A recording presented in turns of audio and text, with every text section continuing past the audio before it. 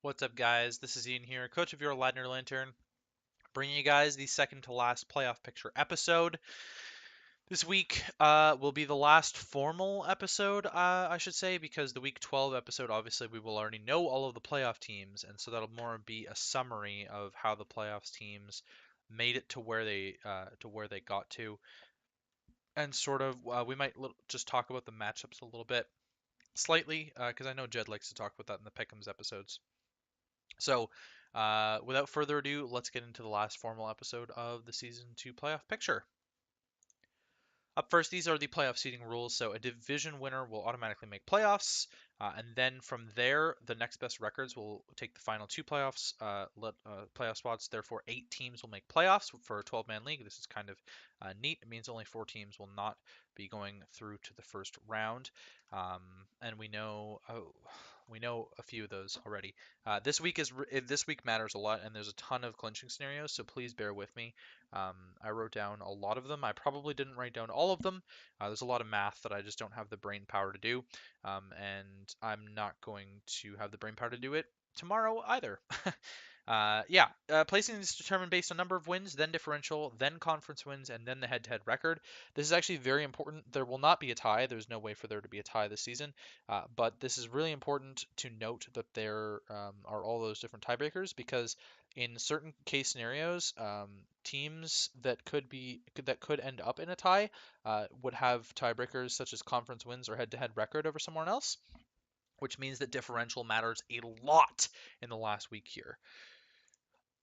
This is what playoffs looks like right now. The 7 teams that have clinched a playoff spot are the Tampa Bay Weasels, the Ladner Lantern, the Krabby Kadabbies, the Wiltshire War Totals, the Atlanta Raptors, the Green Bay Glasspods, and the Seattle Raptors. There is one more playoff spot available.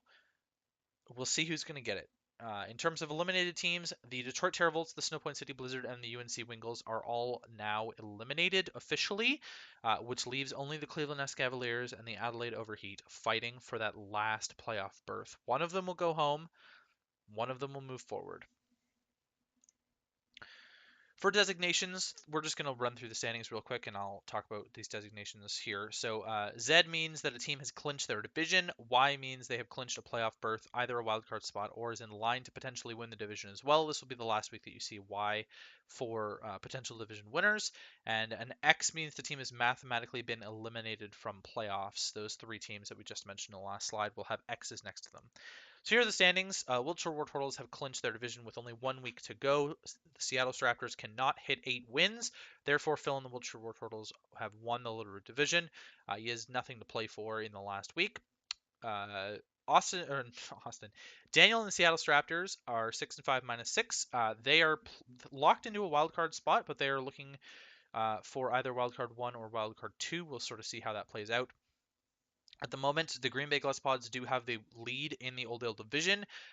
He can only be passed by the Cleveland Cavaliers, although Matt is still definitely in line, technically for both wildcard spots as well as his division right now. Everything's up in the air because he lost this week.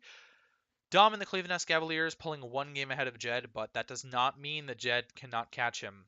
By any means, that does not mean that Jed cannot catch him. In the Twin Leaf division, the Krabby Kadabbies have clinched that division for a while, and the Detroit Terravolts and the Snowpoint City Blizzard are both eliminated. In the Sand Gem division, I actually overtook Ben this week by winning myself and by Ben losing.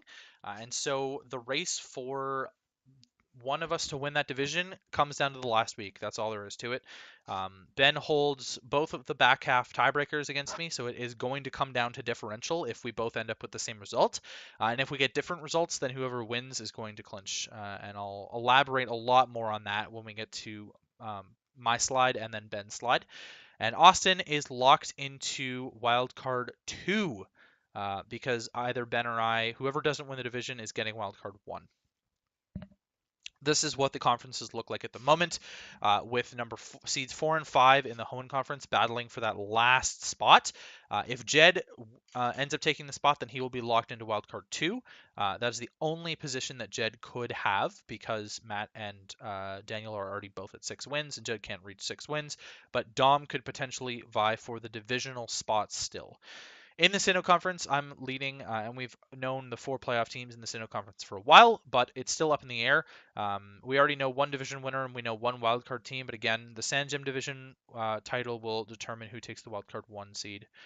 So let's start things off with Jed then. I won't go over the clinching scenarios yet. We'll talk about the elimination scenarios. And I just realized I didn't update any of the placings in the conference, but we saw it in the last slide. And here I'll go back just to refresh you. These are the placings in the conference. Jed is not 6th in the Hoenn conference. He's 5th, and I completely forgot to update that part. That's my bad. Just poor slide building out of me. So in terms of eliminations, Jed will be eliminated from playoff contention if he loses or if Dom wins. Even if Jed wins, if Dom wins, he will still be eliminated. And those are the elimination scenarios for him. Now, clinching scenarios, there were too many to write. There were too many for me to write down in here, so I'll talk about it. And please, again, bear with me. This is going to be standard for a lot of these slides, actually. There are 1, 2, 3, 4, 5 teams that I'm going to talk about that have too many that I couldn't write down on the slide, and so that's what's going to happen here. So in order to clinch, Jed can clinch playoffs if he wins by at least a 4-0 margin and the Cleveland Cavaliers lose by any margin. Basically, if he wins by at least 4-0, then he's guaranteed himself the win or the division, because that would put him at a -3 differential. And if Dom loses, then he's guaranteed to be lower than a -3 differential, like -4 or lower. So if that happens, then Jed clinches playoffs. To be more specific, he can clinch playoffs if the Cleveland Cavaliers lose 1-0 by winning 4-0. If the Cleveland Cavaliers lose 2-0 by winning 3-0, he can clinch. If the Cleveland Cavaliers lose 3-0, then Jed only needs to win 2-0. And if the Cleveland Cavaliers lose 4-0, Jed only needs to win 1-0. And if the Cleveland Cavaliers lose 5-0 or 6-0, then the Adelaide Overheat can win by any margin and clinch playoffs. So those are all of Jed's clinching scenarios. There might actually be more. I didn't go super in depth with the math on this because I'm not feeling it tonight. And unfortunately, that's going to look really bad because I did a lot of math for mine and Ben's, and it just looks like I didn't put in enough effort. But it's not that. It's because I'm actually really confused. And Jed has actually already played his Week 12 match, so it just gets even more confusing in my head about how things are going to go. Austin, the Atlanta Raptors are locked into their spot. Nothing to talk about here. Cleveland Cavaliers can be eliminated in any of the Adelaide Overheat's clinching scenarios. Again, this is not something that I went into depth with, was his elimination scenarios. I need to crank this out, and this is way too much writing for me. But let's go over his clinching scenario. So this is actually the smallest one, but it's not that small. So basically, he clinches playoffs if he wins. If Dom wins, then he's in. And if Jed loses, then Dom's in. That's 100%. Now, if he wins 4-0, 3-0, sorry, if he loses 4-0, 3-0, 2-0, or 1-0, and the Adelaide Overheat win 1-0, 2-0, 3-0, or 4-0, I did that wrong. Take out the 4-0. I don't know what I'm even writing here. We've talked about all of this in the Adelaide Overheat. It's fine. He can clinch wildcard 1 if the Seattle Raptors lose and he wins. And he can clinch the Old Ale division if the Cleveland Cavaliers win 6-0, 5-0, 4-0, or 3-0, and the Green Bay Glasspaws lose 3-0, 4-0, 5-0, or 6-0 respectively. So basically, if Dom wins 6-0, then Matt has to lose at least 3-0. If Dom wins 5-0, then Matt has to lose at least 4-0. If Dom wins 4-0, then Matt has to lose at least 5-0. And if Dom wins 3-0, then Matt has to lose 6-0 for sure to win the division there. My apologies, Dom. I actually don't know where my brain is at, and I'm kind of losing my mind here. Nacho's already eliminated. Matt in the Green Bay Pods, he can clinch the division. He's already clinched playoffs, and this is another one that's too hard to write. So basically, Matt can clinch the division if he wins. He can clinch if Dom loses, and then there's a bunch of differential ones. yeah. If Matt wins, he's in, and even if Dom wins, then Matt is still in. And then there's some differential ones here. So he can clinch the division if he loses 6-0 and the Cleveland Cavaliers win 2-0 or lower, then Matt would still have the differential lead, because Dom actually owns the head-to-head and the conference wins tiebreakers. He can clinch if he loses 5-0 and the Cleveland Cavaliers win 3-0 or lower. He can clinch if he loses 4-0 and the Cleveland Cavaliers win 4-0 or lower. If he loses 3-0, the Cleveland Cavaliers have to win 5-0 or lower for him to clinch. So basically, if he loses 3-0, then Dom has to win 6-0 to make the division. And if the Green Bay Glasspods lose 2-0, then 2-0, 1-0, or 0-0, then the Cleveland Cavaliers. Sorry, if the Green Bay Glasspods lose 2-0, 1-0, or 0-0, then the Cleveland Cavaliers cannot win the division. Krabby Tabby's already clinched in their division. Myself, all right, this is where it gets spicy. I can win the San Jam division this week if I win and the Tampa Bay Weasels lose. I can also clinch with a bunch of other scenarios here. So essentially, like I was saying, if Ben and I get a different outcome this week, then whoever gets the win will win the division, and whoever loses will take wildcard 1. If we get the same outcome, either we both win or both lose, then it really comes down to differential. I have the higher differential, so it's more in my favor, and if that happens, although I would definitely love to win and see Ben lose, because then that would just feel a little bit sweeter, and I do want to hit the 10-2 record like I did last season. So if I win 4-0, 5-0, or 6-0, I clinch the division, because it won't matter. It won't matter Ben's score if I win 4-0, 5-0, or 6-0. Even if he 6-0s, then I still have the differential advantage on him. That's if we both win. Now, if I win 3-0, then Ben. If I win 3-0 and Ben wins 5-0, 4-0, 3-0, 2-0, or 1-0, then I clinch. Basically, if I win 3-0 and Ben doesn't win 6-0, then I clinch the division. If I win 2-0 and Ben doesn't win 5-0 or 6-0, then I win.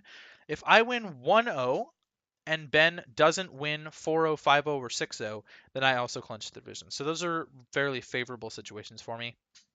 If I lose 6-0, then Ben has to lose 4-0, 5-0, or 6-0 for me to clinch the division. If I lose 5-0, he has to lose 3-0, 4-0, 5-0, or 6-0. If I lose 4-0, he has to lose 2-0, 3-0, 4-0, 5-0, or 6-0. If I lose 3-0, then he has to lose 1-0, 2-0, 3-0, 4-0, 5-0, or 6-0. And if I lose 2-0, 1-0, or 0-0, and Ben loses by any margin, then I also clinch the division. So these are really favorable scenarios for me.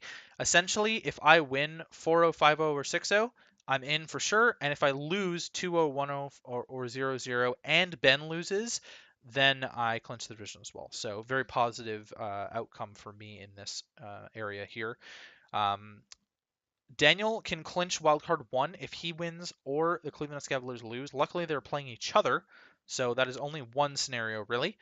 Basically, if Daniel wins, then he gets wildcard 1. If he loses to Dom, then he could actually still get wildcard. No, he can't, because he can't beat Matt's differential. So he would get wildcard 2 for sure. And then he can get wildcard 2. Basically, he gets wildcard 2 if he loses. That's really all it comes down to for Daniel. Magic cannot make playoffs, so we're not going to worry about Magic. Ben, all right, we'll talk about Ben's scenarios here. They're a lot less than mine, just because he doesn't have the differential advantage. But essentially, if he wins and I lose, then he wins the division. If he wins 6-0 and I win 3-0, 2-0, or 1-0, then he wins the division. If he wins 5-0 and I win 2 or 1-0, then he wins the division. If he wins 4-0 and I win 1-0, then he wins the division. And if he wins 3-0 and I win 0-0, then he can clinch the division. This is all because he has the back two tiebreakers on me. So if we tie in differential as well, he would hold both of those back two tiebreakers on me, and I would not be able to win the division.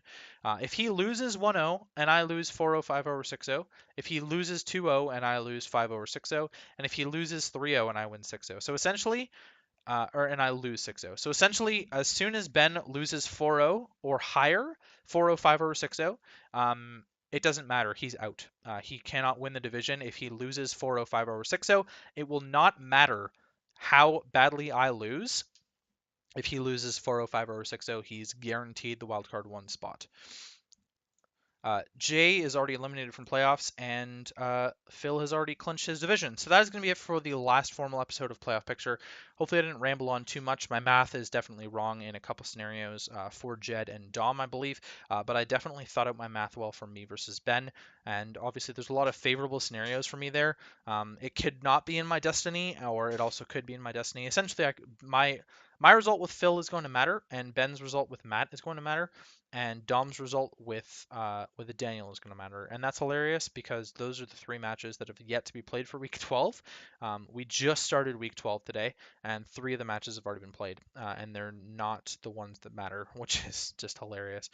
Oh well, some of them do. Jed's match mattered for Jed, but Austin versus Magic didn't matter, and Jay versus K didn't matter at all.